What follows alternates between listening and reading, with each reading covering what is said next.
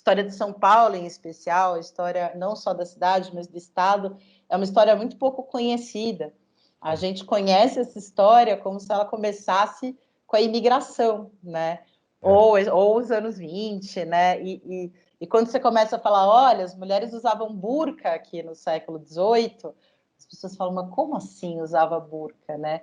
É isso, as mulheres usavam, se cobriam, até o XIX, assim, Castro Alves vem estudar aqui, fica decepcionadíssimo, porque as paulistas são pudicas, cobertas, todas as casas tinham treliça, elas ficavam espiando, tem uma influência espanhola surreal. E aí você vai contando essas coisas e as pessoas vão falando, mas gente, mas é onde eu moro, é onde eu vivo, onde eu cresci.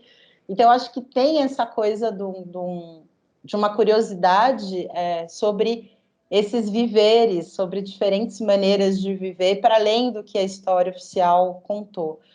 E isso, quando você vai ampliando essas vozes, isso é muito incrível, assim. Lá no Museu do Café mesmo, eu já nem estava lá mais nessa época, mas eu tinha começado esse processo. A equipe de pesquisa fez um projeto de história oral sobre as catadeiras. As catadeiras são as mulheres que catam defeito no café.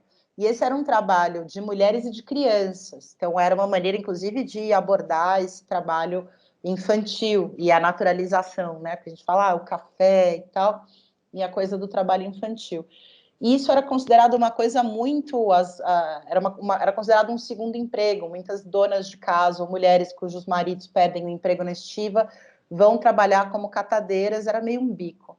E aí, quando a equipe do Museu do Café faz a pesquisa e grava a história oral e depois transforma isso numa exposição, muita gente que a gente conhecia, que eram conselheiros, grandes nomes, começava a falar, mas sabia que minha avó foi catadeira?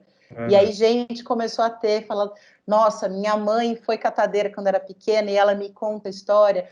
Então, essa coisa da representatividade e da construção disso, o museu ele abre um caminho que é um caminho de conciliação, inclusive, dentro dessas narrativas, né?